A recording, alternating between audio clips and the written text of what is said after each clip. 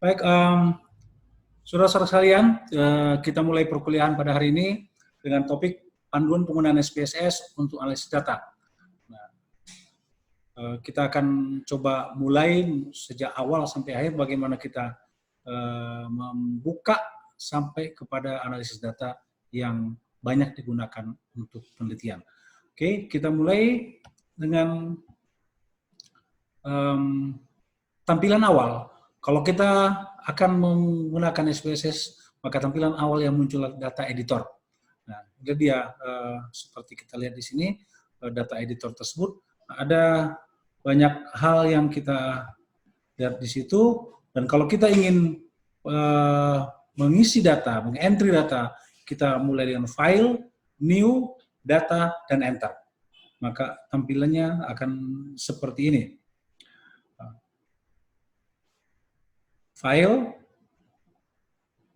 new, data, enter. Nah, kita lihat di bagian bawah di situ ada dua. Ada yang satu namanya data view, ada yang variable view. Nah, kalau kita klik yang kanan, di situ ada variable view, maka isinya lah seperti ini. Variable view ini akan kosong, ini kalau kita isikan ini.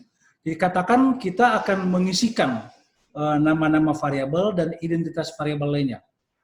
Ada 1, 2, 3, 4, 5, 6, 7 variabel yang akan kita masukkan. Kita sebut aja namanya, di sini kita isi modal, tenaga kerja, produksi, manajemen sistem, usia atau age, kemudian kepatuhan, dan religiusitas. Nah, itu nama file yang kita isikan sekarang. Jadi kita sekarang memberikan identitas variabel yang akan kita entrykan ke dalam SPSS. Nah, di sini ada digitnya, berapa digitkah angka yang akan kita masukkan datanya, ini maksimum 8 digit, ini desimalnya. Nah, ini label. Label itu bila kita ingin membuat pemahaman atau pengertian jelas tentang masing-masing variabel, seperti kita lihat di sini, kita tuliskan modal atau total modal yang digunakan, tenaga kerja adalah jumlah jam kerja per minggu, dan seterusnya. Dan ini kita yang buatkan juga. Nah, ini adalah arti dari nilai yang diperoleh. Karena kadang-kadang kita punya nilai dalam bentuk kategorikal, 1, 2, 3, 4, 5, dan seterusnya. Kita ingin membuat maknanya 1 itu apa, 2 itu apa. Nah, ini dia kolomnya, kolom value. Kemudian ini missing, kolom, align, dan seterusnya. Jadi ini skala pengukuran yang kita gunakan, apakah scale, ordinal, atau biasa, atau nominal. Nah, ini dia di variable view. Nah, kemudian habis itu kita kembali ke sini, ke depan ini, ke apa namanya? Ini yang saya jelaskan tadi, sorry. Ini yang saya jelaskan tadi mengenai value yang kita inginkan. Nah, seperti di sini misalnya 1 artinya tidak efisien, 2 kurang efisien, 3 efisien. Jadi itu tadi maksud dari angka yang kita gunakan.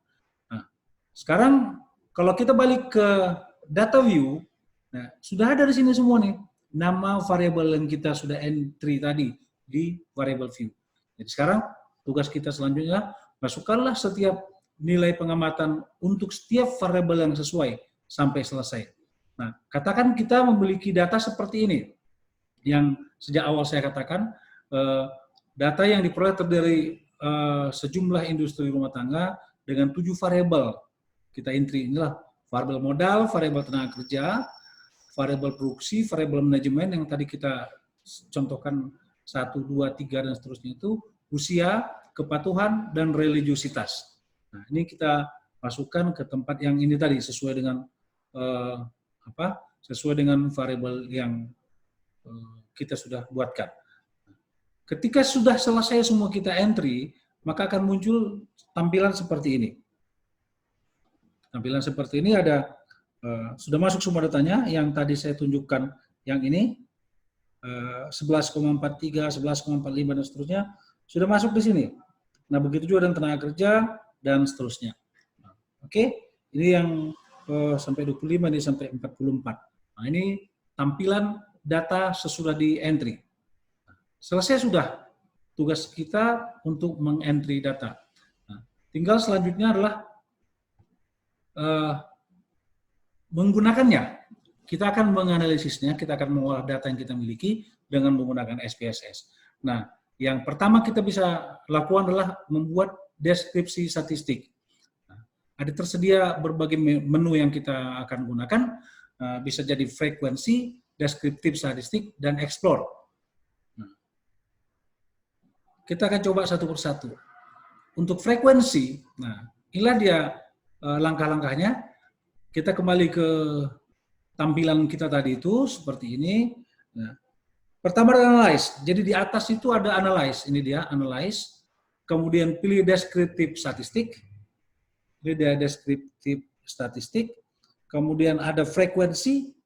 Nah, habis kita klik frekuensi akan muncul seperti ini. Kita akan masukkan variabel mana yang akan kita deskripsikan. Katakan saya pilih variabelnya adalah total modal dan tingkat produksi. Jadi ada dua. Kita klik total modal dan tingkat produksi, kita isikan di sini. Nah, jadi kita pilih dua ini dari 7 yang ada tadi, kan sekedar contoh 2 saja. Katakan cuma 2 yang kita inginkan. Di sini ada menu pilihan, statistik dan chart. Nah, statistik itu artinya kita ingin statistik apa saja yang mau kita cari. Nah, kalau kita klik statistik yang saya bulat merah ini, maka akan muncul di sini pilihan-pilihannya.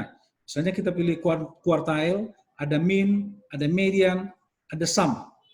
Kemudian di bagian bawah jadi sini ada standard deviation, variance, range, maximum minimum. Katakan saya isi semua. Ini tidak harus diisi semua ya, tergantung kepada kebutuhan yang kita inginkan. Kalau kita ingin semua ya semua, kalau kita ingin hanya sebagian tergantung mana yang mau kita pilih. Nah, habis itu continue, kita balik ke menu yang ada di sini. Ada di situ chart. Chart itu artinya gambar apa yang kita inginkan. Katakan saya memilih histogram. Klik histogram, continue, balik ke sini. Udah, selesai sudah apa yang kita akan lakukan. Baru kita tekan OK, maka akan muncul hasilnya seperti ini. Ini hasil daripada frekuensi tadi. Jadi sini sudah terlihat semuanya, ada mean, ada median, ada standard deviation, ada variance, ada range, ada minimum, ada maximum value. Ada jumlah, ada kuartil 1 atau persentil 25, ada kuartil 2, ada kuartil 3. Nah, itu untuk yang total modal, sedangkan untuk tingkat produksi yang sebelah sini. Jadi apa yang kita minta tadi sekarang sudah diberi oleh SPSS. Selain tadi statistik, kita juga tadi minta chart. Chartnya adalah histogram. Nah inilah dia histogram yang dikasihnya dari yang kita minta tadi. Ini total modal, sedangkan yang sebelah kanan adalah tingkat produksi. Selesai tugas kita untuk mendapatkan hasil olahan data. Tinggal menafsirkannya. Apakah itu baik, benar, sesuai, tidak sesuai, tepat dengan atau tidak tepat, itu bukan lagi statistik yang menginterpretasikan. Itu sudah tugasnya bidang ilmu di mana kita terapkan. Nah, jadi sekarang ini rata-ratanya terlalu besar, terlalu kecil, cukup, dan segala macamnya. Nah, di sini untuk gambar juga misalnya. Nah, ini kita bisa lihat di sini ininya, pola distribusinya. Nah, pola distribusinya kita lihat banyak untuk nilai yang kecil, semakin tinggi nilainya, semakin berkurang orang. Jadi kelihatannya ini menjulur ke kanan atau miring ke kanan. Nah, sedangkan yang untuk modal dia seperti ini. Ada aneh juga nih, besar sendiri, kiri kanannya sedikit. Ada tendensi untuk pola penyebaran normal, tapi mungkin datanya kurang banyak. Nah, bisa jadi seperti itu. Jadi kelihatannya ada tendensi, tapi saya tidak bisa mengatakan seperti itu kalau hanya yang disajikan seperti ini. Oke, tugas kita selesai. Selesai sudah untuk analis data menggunakan menu frekuensi. Nah, pilihan berikutnya adalah menu deskriptif statistik. Sama dengan yang tadi, kita mulai dengan analyze, kemudian ada deskriptif, ada di sini pilihan deskriptif statistik. Ketika sudah kita klik deskriptif, maka akan muncul menu seperti ini. Kita masukin variabel yang ingin kita cari deskripsinya, katakan jumlah jam kerja yang kita pilih, maka akan muncul di sini pilihan option juga ada di sini. Kita pilih apa yang mau kita ingin dapatkan. Mean, standard deviation, minimum maksimum, kurtosis, skewness, dan segala macam. Apa yang kita inginkan. Nah, kita continue, balik ke sini, maka akan keluar hasilnya seperti ini juga. Ini outputnya, and minimum, maximum, mean, standard deviation, skewness, kurtosis. Kita tinggal tafsirkan makna dari masing-masing angka ini. Nah, katakan seperti mean, ada sekian, maksimumnya sekian, dan seterusnya.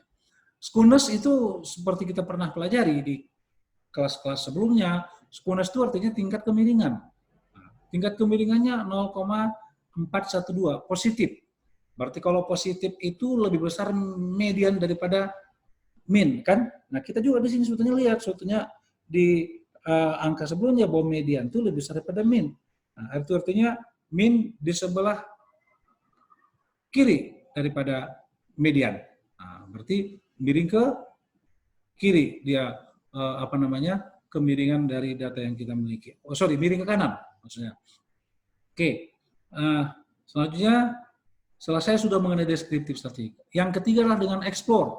Sama juga caranya, analyze, pilih deskriptif, explore, variabel, statistik, dan plot.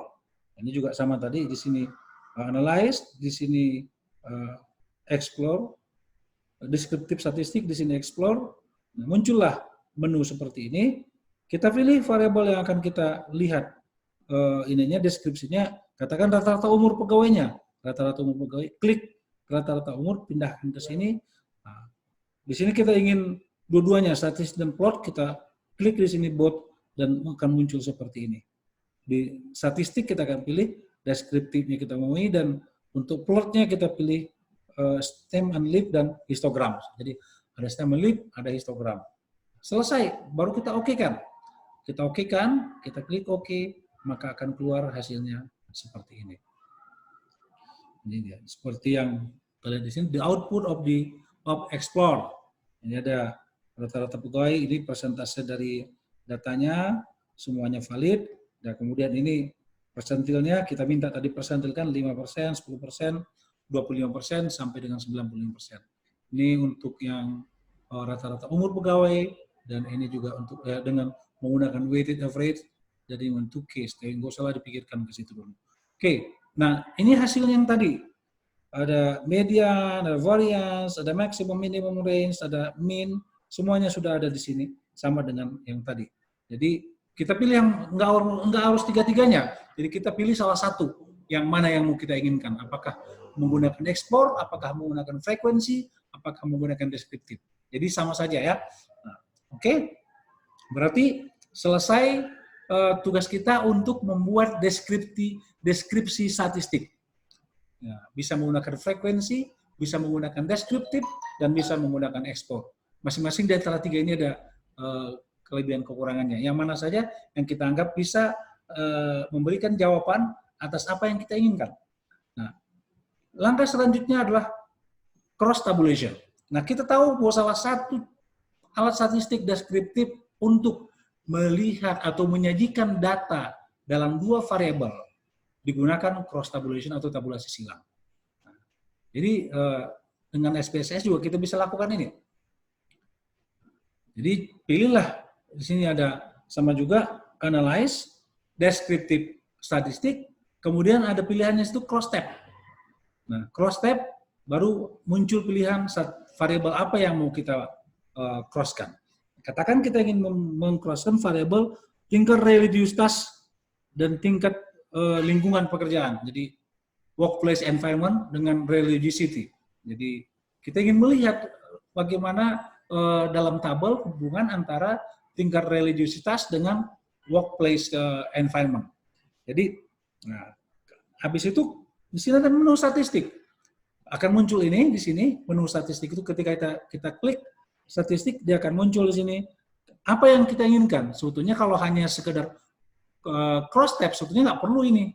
Tapi kan kita ingin memastikan nanti pada mempelajari cheese quadrat kita akan lihat itu bahwa dengan cross tab kita bisa melihat apakah ada hubungan antara variabel baris dengan variabel lajur. Nah, itu jadi kita pilih di sini chi-square, chi-square dengan correlation misalnya dan contingency table kalau kita mau. Jadi sama juga terserah kita mau milih yang mana. Baru kembali ke sini baru kita oke, maka akan keluar hasilnya seperti ini. The output of cross tab. Nah, ini dia hasilnya yang bawah ini. Nah, jadi tidak baik. Jadi ada dua variabel yang kita miliki. Di variabel baris kita gunakan religiosity dan di kolom kita gunakan lingkungan pekerjaan, workplace environment dan religiosity level. Jadi kita lihat di sini Ada 23 orang yang memiliki, yang menganggap atau yang persepsinya tidak baik lingkungan pekerjaannya, ada 17 orang yang kurang baik, ada 25 orang yang sedang, 19 orang yang menyenangkan, dan 16 orang yang mengatakan sangat baik. Begitu juga dengan religiosity level, ada 16 orang mengatakan rendah, yang rendah religiosity levelnya, ada 32 yang biasa, 24 yang lumayan, 9 yang tinggi, dan 29 yang sangat tinggi. Dari total sebanyak 110 karyawan yang dijadikan sebagai responden. Nah, hasil itu kalau hanya segera cross tab sampai di situ. Tapi kalau kita akan cari apakah hubungannya erat atau enggak, nah kita bisa lihat di sini di Pearson chi-square. Ini ada di sini kita peroleh nilainya p-value-nya 0,000. Artinya dengan p-value yang sangat kecil, lebih kecil dari alpha, kita bisa katakan hubungannya signifikan. Nah, jadi ada hubungan antara religiosity level dengan workplace environment. Jadi ada indikasi semakin bagus tingkat religiositasnya, maka akan semakin bagus lingkungan pekerjaannya. Sebetulnya tanpa harus melihat chi-square juga. Sebelumnya seperti saya jelaskan pada kuliah-kuliah terdahulu, kita lihat di diagonalnya ini. Kalau di diagonal ini banyak, sementara di tempat yang lain itu sedikit, berarti hubungannya positif.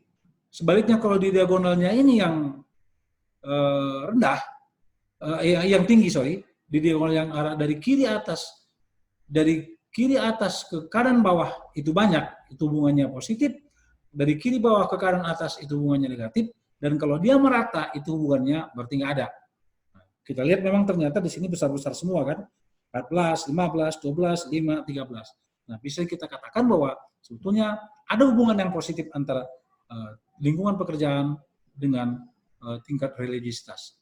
Dan itu ternyata terbukti dengan nilai chi kuadratnya atau chi-square-nya itu.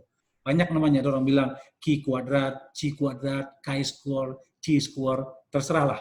Nah, tergantung kebiasaan masing-masing itu. Oke? Selesai yang cross tab. Selanjutnya, selain analyze, di menu SPSS juga ada graphs. Nah, katakan kita ingin membuat histogram saja. Tadi kan ada juga kita buat dalam frekuensi, kita juga bisa membuat histogram. Nah, katakan kita ingin membuat histogram saja, maka di sini kita buat graph pilihannya, kemudian ada pilihannya itu legacy dialog. Habis legacy dialog, kita klik legacy dialog, paling bawah ada di situ histogram. Nah, keluarlah menu yang seperti ini, maka kita akan masukin variabel apa yang kita ingin cari histogramnya. Katakan variabelnya variabel kadar keberagaman atau religiosity level. Nah, kita tinggal tempatkan di sini, langsung kita klik OK. Nah, selesai itu, keluarlah hasilnya. Sepertilah histogramnya. Histogram dari religiosity level tadi itu. Kita ingin melihat di sini, kalau semakin dekat kotak-kotak itu ke grafik normal, grafik sebaran normal, maka kita akan menganggap bahwa variabel yang kita amati mengikuti pola penyebaran normal. Semakin jauh bentuknya menyimpang dari grafik yang ada itu, berarti semakin kita tidak yakin bahwa variabelnya menyebar mengikuti pola sebaran normal. Nah, kalau kita lihat sih di sini ada sih dekat-dekat ya menyerupai. Mungkin normal itu. Tapi kalau kita ingin memastikan apakah normal atau enggak, ada alat tesnya. Itu namanya antara lain banyak itu. Kolmogorov-Smirnov test. Nah, nanti kita pelajari belakangan, kapan-kapan. Bukan sekarang ya. Nah, oke, itu dengan output dari histogram. Kemudian ada stem and leaf diagram, diagram dahan daun. Nah, ini juga sama juga kegunaannya persis sama dengan histogram, cuman dengan diagram dahan daun, angka yang kita miliki tidak hilang. Dan juga sama dengan yang tadi, caranya kita mulai dengan analyze, stem and leaf diagram, analyze, kemudian descriptive statistics, explore, tadi ada explore ya, kemudian dependent list, jadi daftar variabelnya akan keluar seperti ini. Baru statistik. Ketika kita sudah pilih, katakan yang akan kita pilih jumlah jam kerja. Statistik kita pilih deskriptif. Kalau kita mau statistik ya, toh pada prinsipnya kita hanya ingin melihat grafik tadi. Tapi kan sekaligus kita ingin statistiknya, kita ingin persentilnya, kita ingin outlier, apalah yang kita inginkan kita bisa pilih di sini. Baru plot kita pilih di sini stem and leaf diagram. Kalau kita mau lagi kita buat histogram. Nah, tadi saya bilang banyak cara untuk mengetahui pola penyebaran data apakah normal atau enggak, antara dengan normal PP, normal PP test. Nah, di sini normality PP test. Kita bisa klik di sini misalnya. Baru kita define, kita continue, kemudian baru kita kembali ke sini, baru keluar hasilnya. Inilah hasilnya. Seperti yang tertera di di hadapan kita semua. Nah, ini dia yang merupakan stem and leaf diagram kotak garis. Diagram dahan daun. Maaf. Jadi ini kelihatan seperti ini juga kan, bahwa ngumpul di tengah, sedikit di kiri kanan. Berarti ada kecenderungan dia normal. Ini dia diagram dahan daun itu. Kalau diagram kotak garisnya ini dia yang tadi kan, mendekati normal memang dia. Diagram histogram. Ini diagram kotak garis. Nah, ini belum kita bahas. Saya tidak akan banyak menyinggung ini karena belum saya jelaskan ini. Nah, yang sebelah kanan itu lagi yang PP plotnya itu. Jadi ini normal QQ plot antara dari jumlah jam kerja itu dari diagram ini kita lihat. Ini dia. Nah, semakin dekat titik-titiknya ke garis, maka semakin dianggap normal dia. Semakin jauh titik-titik garis, maka dia dianggap tidak normal. Apalagi dekatnya itu tidak punya pola. Jadi kalau dia tidak berpola dan dekat, itu normal. Kalau dia berpola, apalagi jauh-jauh, semakin kita katakan dia tidak normal. Nah ini kelihatan tidak ada pola. Nah ini juga cenderung tidak ada pola, tapi seperti yang kita lihat lagi, memang tidak terlalu meyakinkan dia normal. Oke, saya teruskan. Nah, ini yang statistiknya tadi, saya pikir kita sudah jelaskan sebelumnya ini ya. Itu dia mengenai apa tadi? Stem and leaf diagram.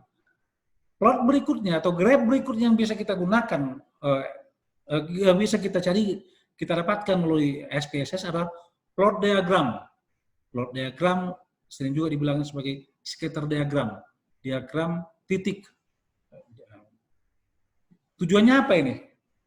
Tujuannya adalah kita ingin mengetahui apakah dua variabel berhubungan atau enggak untuk data yang continue. Kalau tadi plot cross tab, data yang kategorikal. Katakan kita menginginkan plot diagram antara modal dengan produksi. Kita gunakan lagi perintahnya grab, karena ini grafik. Kemudian legacy, dialog. Kita pilih di situ scatter diagram nomor 2 dari bawah ini. Nah, muncullah dia ini, yang kecil ini. Kita pilih simple scatter, yang karena sederhana. Kita define, muncullah dia yang ini. Pilih variabelnya apa. Tentu variabelnya kita buatkan di sumbu X-nya adalah modal, dan di sumbu Y kita letakkan tingkat produksi. Baru kita oke-kan, muncullah dia grafik seperti ini. Muncullah dia grafik seperti ini, dan kita tinggal menafsirkan. Statistik itu kan kuncinya seperti itu. Apa namanya, apa gunanya, bagaimana menentukannya, bagaimana menggambarkannya kalau digambar, kemudian bagaimana menginterpretasikannya. Nah, sampai kepada titik ini, kita lihat bahwa ada kecenderungan memang, bahwa semakin tinggi tingkat modal, maka semakin tinggi tingkat produksi. Tapi kecenderungan ini tidak terlalu kuat lah barangkali ya. Nah, apakah ini signifikan atau enggak? Seberapa besar hubungan itu? Nah, itulah yang kita kenal namanya dengan koefisien korelasi. Nah, kalau dengan gambar cukup dengan diagram plot, kalau dengan angka koefisien korelasi, dan bisa diuji apakah dia signifikan atau tidak. Oke, kita lanjutkan. Berarti selesai dengan itu. Nah, sekarang kita masuk ke box plot diagram.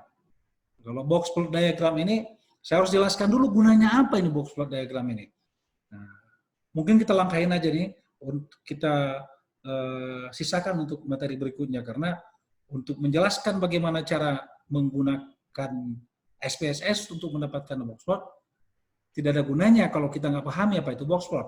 Karena orang menggunakan SPSS itu sama dengan BEO yang bisa ngomong kalau nggak tahu statistik. Jadi SPSS hanya bisa digunakan oleh yang paham statistik. Jadi kalau kita nggak paham Oxford, saya jelaskan juga nanti orang selesai digambar, gambar apa ini? Nah, katanya gitu. Oke, sekarang saya lanjutkan ke yang berikutnya. Pengujian, membandingkan rata-rata antar populasi ataupun melihat besarnya rata-rata satu populasi.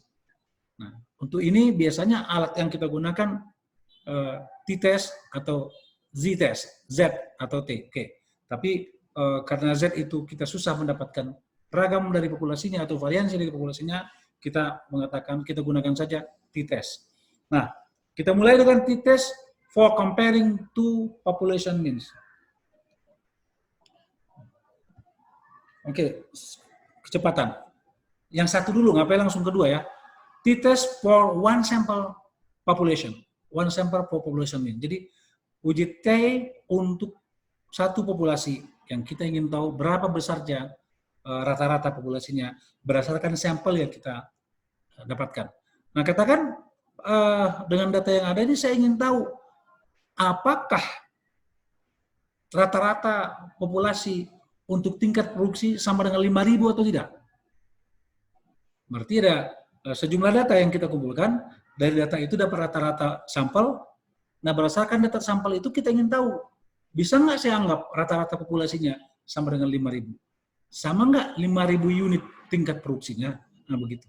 Jadi kita kumpulkan sampel tadi 44, nah kita akan lakukan sekarang uji dengan menggunakan SPSS.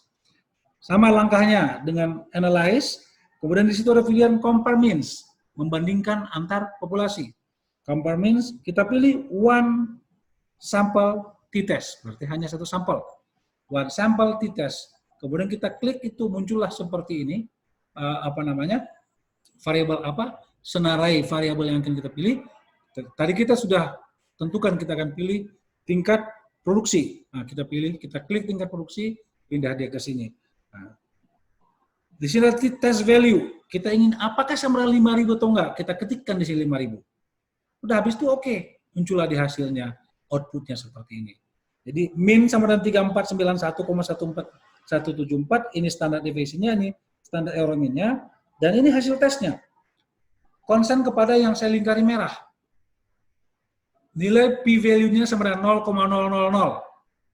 Artinya, T-nya terlalu kecil dibanding alpha, sangat kecil, bukan terlalu kecil, cukup kecil. Dulu kan T tabel T hitung. Sekarang bukan lagi T tabel T hitung, tapi P dengan alpha. Kalau P lebih kecil di alpha, itu tolak 0. Dan ternyata ini P-nya sangat kecil dibanding alpha, makanya kita katakan tolak 0, artinya rata-rata produksi tidak sama dengan 5.000.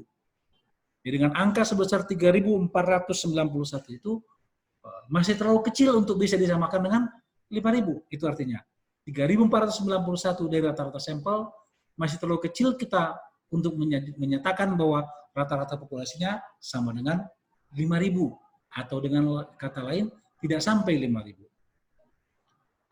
Mungkin ada yang bertanya, kenapa harus 5.000? Ya mungkin 5.000 itu ada referensi sebelumnya yang kita ingin tahu sama dengan 5.000 atau enggak. Referensi itu bisa jadi dari gambaran sebelumnya, bisa jadi sebelum ada program, dan segala macam. Jadi ada referensi yang menurut kita harus mematok angka 5.000. Oke, lanjut.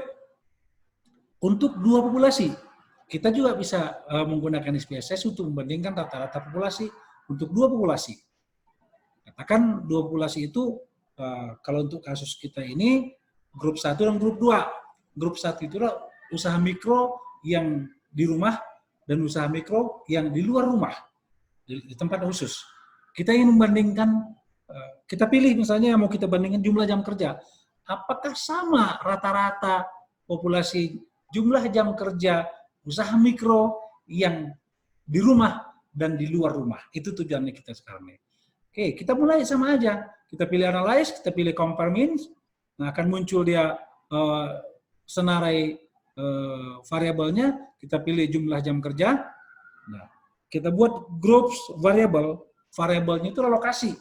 Sehingga kita tahu lokasinya tadi kan ada 2 macam. Kita buat sebagai group variabelnya lokasi, define group. klik define group, maka akan muncul seperti ini. Grup 1, 1, grup 2, 2. Continue, balik ke sini, kemudian baru kita oke-kan. Maka akan muncul hasil seperti ini, kelangkahan ini. Akan muncul hasil, ini sudah ANOVA.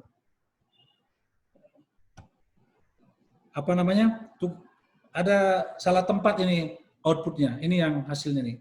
Harusnya dari yang tadi itu ada kelangkahan dengan ANOVA. Jadi di hasilnya. Jadi bagaimana kita membaca output ini? Lagi-lagi saya katakan tadi kita harus tahu dulu statistik sebelum membaca itu. Kalau soal menghitung, orang yang nggak tahu statistik juga bisa aja menghitungnya dengan SPSS. Cuman menafsirkan hasilnya dia nggak bisa. Oke. Kalau kita membandingkan dua grup populasi, ada asumsinya apakah sama variansinya atau berbeda variansinya kita asumsikan.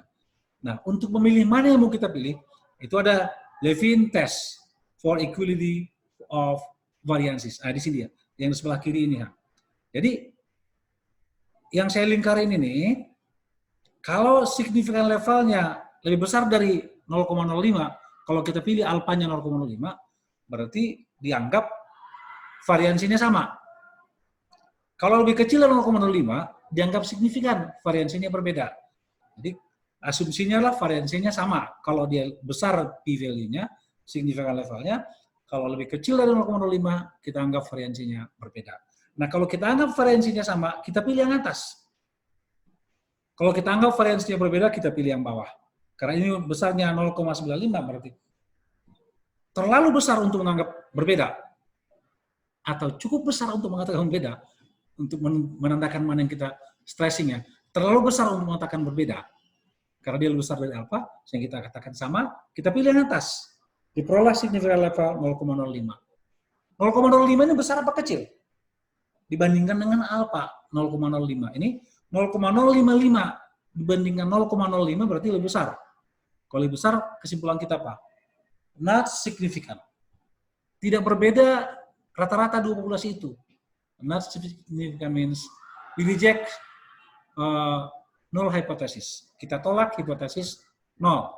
Nah, jadi kesimpulan kita adalah bahwa dua populasi tadi yang industri mikro yang di rumah dengan di tempat khusus tidak memiliki perbedaan rata-ratanya mengenai jumlah jam kerja. Oke, 2. Baru yang ketiga, ini yang terkenal, ANOVA, Analysis of Variance. ANOVA, bukan INOVA ya.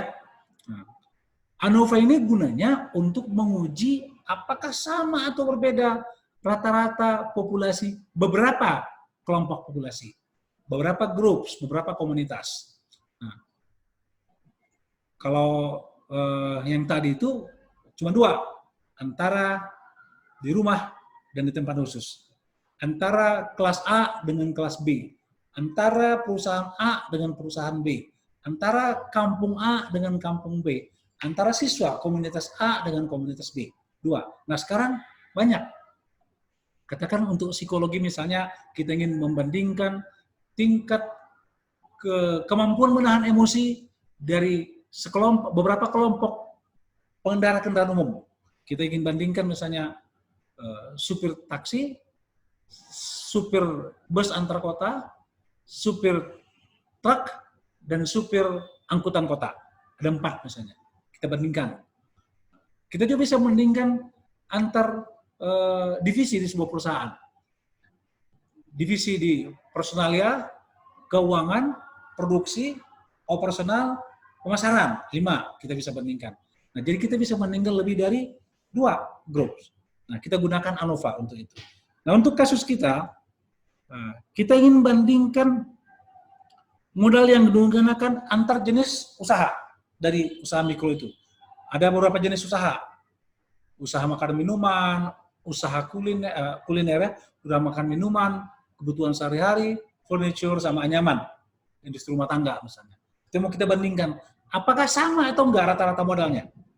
Jadi saya pilih pertama analyze, sama dengan tadi, kemudian saya pilih means, compare means, kemudian saya pilih one way ANOVA, kemudian ketika sudah one way ANOVA, akan muncul list ini, list variable, Kita pilihlah dia modal yang digunakan. Kemudian kita pilih faktor yang membedakan tadi itu. Faktornya jenis usaha. Kita pilih faktor jenis usaha, variabel itu. Oke, semestinya untuk ANOVA saja sudah cukup. Tapi kan kita juga ingin mengetahui apakah satu jenis usaha dengan jenis usaha lainnya, mana yang berbeda itu, kalau diperbeda tentunya. Nah, ini ada pilihan di sini, post hoc. Nah, kita gunakan, ada banyak pilihan di sini juga. Ketika kita klik post hoc akan muncul ini, LSD, 2K, dan macam-macam. Mungkin saya pilih dua itu. Oke, selesai sudah, klik, maka akan keluar hasilnya seperti ini. Dengan 2K, ini dia. Dengan LSD, ini dia. LSD itu sebenarnya least significant distance. Jadi ini HSD, 2K, Honest Significant Distance, ini Least Significant Distance. Nah, ini sebetulnya banyak pilihan itu. Kita pilih satu aja, atau kita ingin meyakinkan, kita ambil dua, kita bandingkan, terserah. Nah ini, jadi kita di sini bisa lihat, antara makanan dengan sehari-hari, antara makanan dengan kerajinan tangan, antara makanan furniture, sehari-hari dengan kerajinan tangan, dan seterusnya semuanya ini. Nah inilah signifikan levelnya di sini ada nih. Jadi, ternyata dari hasil uji ini, tak ada satupun yang dianggap sama besar modalnya. Semuanya signifikan, berbeda antara satu jenis usaha dengan jenis usaha lainnya. Kita lihat yang paling besar itu apa? Furniture yang paling besar. Oke. Saya pikir cukup jelas. Ini yang tadi nih, yang kelewatan, kedahuluan bukan kelewatan. Oke, sekarang kita teruskan ke korelasi. Korelasi yang saya katakan tadi, kalau gambarnya itu plot diagram, plot scatter, plot diagram atau plot scatter atau scatter diagram, plot diagram, plot graph segala macam. Oke, korelasi sebagaimana kita ketahui tujuannya ingin mencari, memastikan besaran yang menggambarkan keratan hubungan antar dua variabel. Katakan untuk kasus kita ingin mengetahui apakah ada hubungan antara total modal dengan tingkat produksi. Jadi kita buat seperti ini, correlation, ada pilihannya analyze tadi ya, correlate, bivariate, variable, person, option. Jadi ini analyze tadi, correlate, pilih bivariate, makanya akan muncul ini, variabel apa yang mau kita gunakan, kita pilih variabelnya adalah modal dengan produksi. Ada pilihan di sini, optionnya. Nah, keluarlah ini optionnya tuh. Kita ingin korelasinya, kita ingin covariance juga, kita ingin sum of square-nya juga, kita klik ini. Kita ingin standard deviation, kita pilih klik ini. Kalau kita nggak kepingin ya nggak usah. Baru selesai. Baru balik ke sini, kita ingin korelasinya apa? Ada banyak korelasinya kan? Ada person, itu yang kita paling banyak kita gunakan dengan statistika parametrik. Kalau kita menggunakan statistika non parametrik, kita bisa gunakan Spearman atau Tau Kendall. Udah, klik, hasilnya keluar. Nggak dia. Kita concern hanya yang saya lingkarin aja. R-nya sama dengan 0,527. Cukup besar, di atas 5, itu cukup besar ya. Yang menggambarkan kedekatan hubungan, keratan hubungan antara tingkat produksi dengan modal. Dan itu ternyata signifikan dengan hasil ujinya dengan P 0,000. Lebih kecil dari 0,05, maka kita katakan signifikan adanya hubungan yang erat antara modal dengan produksi. Oke. Regression. Terakhir, kalau regression, kita ingin bagaimana sekelompok variabel, apakah dia akan berpengaruh atau mempengaruhi satu variabel lain. Kita gunakan regresi. Jadi dalam konteks regression lah baru ada relevan kita mengatakan ada satu variabel, ada satu atau beberapa variabel bebas, ada satu variabel tidak bebas, atau independent variable dengan dependent variable. Namanya banyak ini. Dependent variable, independent variable. Yang independent variable disebut juga namanya sebagai predictor, ada yang independent predicted, ada explanatory variable, ada explain variable. ada Precision faktor, ada precision effect, cause effect. Ada lagi yang dikatakan sebagai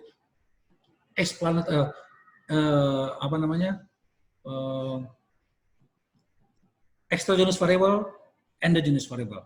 Nah, banyak namanya masing-masing itu. Oke, kita mulai untuk kasus kita.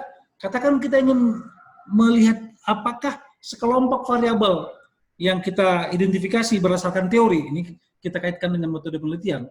Berdasarkan teori kita identifikasi ada sekelompok variabel, sekelompok faktor yang berpengaruh kepada tingkat produksi. Ada antara lain modal, ada jumlah jam kerja, ada sistem manajemen. Ini sistem manajemen kategorikal. 1, 2, 3 tadi kan. 1 artinya sangat tidak efisien, 2 cukup efisien, 3 sangat efisien. Kemudian ada rata-rata umur pegawainya, kemudian ada kepatuhan terhadap peraturan dan kadar keberagamaan. Nah, dan satu lagi lingkungan pekerjaan. Itulah mungkin variabel yang kita akan duga berpengaruh kepada variabel yang dipengaruhi. Itulah dia produksi. Nah, kita akan plotkan, kita akan lihat dengan regresi. Oke, kita lakukan, pilih analyze, pilih regression, pilih linear, kemudian pilih dependent variabelnya, itu dari tingkat produksi, yang atas, independent variable, masukkan yang saya katakan tadi, statistik, pilihannya apa saja yang mau kita inginkan, kita ingin estimate, kita ingin model, kita ingin covariant matrix misalnya, terserah kita milih apa. Kalau perlu kita pilih Darwin-Watson, nah, saya belum menyinggung itu. Nah, kemudian kita pilih plot, kita ingin plot histogramnya, kita pilih plot NPV, normal probability plot, dan kemudian kita ingin juga melihat modelnya sudah cukup atau belum. Kita ingin plotkan antara z-resid dengan z-pred. Z-pred itu artinya nilai prediksi yang sudah di-standardize. Sedangkan z-resid adalah nilai residual yang sudah di-standardize. Kalau hubungan keduanya nanti kelihatan tanpa pola, itu berarti model sudah cukup dapat diandalkan. Nah, tidak ada kecenderungan, tidak ada lagi keteraturan dalam Z. Oke, kita pilih itu misalnya. Oke, terlalu jauh sampai ke sana. Kita kembali ke semula, udah selesai itu baru continue, baru ke oke. Ketika selesai oke, maka kita akan hasilkan seperti ini. Kita lihat ada model square, model summary, ada R square yang penting di situ. R kuadrat itu seperti saya jelaskan sebelumnya adalah koefisien determinasi, menggambarkan persentase keragaman dari variabel dependen, variabel tidak bebas yang dipengaruhi oleh sejumlah model, sejumlah variabel bebas dalam model. Jadi diperoleh sini R kuadrat sama dengan 0,72, berarti sekitar 71% dari keragaman produksi dipengaruhi oleh sejumlah variabel tadi. Jadi ada sekitar 29% yang tidak bisa ditentukan oleh sejumlah variabel tadi. Kalau R score-nya itu 100%, artinya itu persis matematik, bukan statistik. Nah, ini masih statistik. Kalau statistik berarti ya modelnya seperti ada persentase keragaman Y yang dapat dijelaskan dan yang tidak dapat dijelaskan oleh X. Itu dia R score ya. Kemudian dari ANOVA-nya. Dari ANOVA-nya lagi-lagi kita lihat cukup di sini saja. Significant level. Kita berharap untuk menolak H0, significant levelnya itu kecil atau F-nya besar. Semakin besar F, semakin kecil significant level atau P. Dan ternyata sangat kecil dan F-nya besar. Sehingga kita bisa tolak H0. Apa sih H0-nya ini? Untuk ANOVA, kalau H0-nya itu untuk ANOVA, itu adalah semua koefisien regresi sama dengan 0. B1 sama dengan B2, sama dengan B3, sampai B sekian sama dengan 0. Kalau tolak H0, minimal ada satu yang tidak sama dengan 0. Nah, ini banyak salah kaprah. Dianggapnya ANOVA itu, dikatakannya ANOVA itu sebagai menguji pengaruh serempak. Bukan menguji pengaruh serempak, menguji pengaruh regresi itu secara serempak. mengujinya yang serempak, bukan pengaruhnya yang serempak. Jadi kesimpulannya, tak satu pun di antara variabel bebas itu signifikan, atau ada satu minimal yang signifikan. Nah, di sini karena kita tolak H0, kita katakan bahwa minimal ada satu di antara variabel itu yang signifikan. Yang mana itu, baru kita uji dengan uji T. Kalau tadi di ANOVA yang one way ANOVA, kelanjutannya adalah LSD dan HSD kan. Nah, ini dengan uji T. Nah, itulah yang di bawah ini. Dari uji T terlihat dari nilai-nilai p-value-nya. Dari nilai p-value itu ada 3 yang signifikan, yang lebih kecil dari 0,05. Total modal yang digunakan, kadar keberagamaan, dan lingkungan pekerjaan. Lebih kecil dari 0,05. Total modal yang digunakan, positif nilainya, tandanya positif dan signifikan.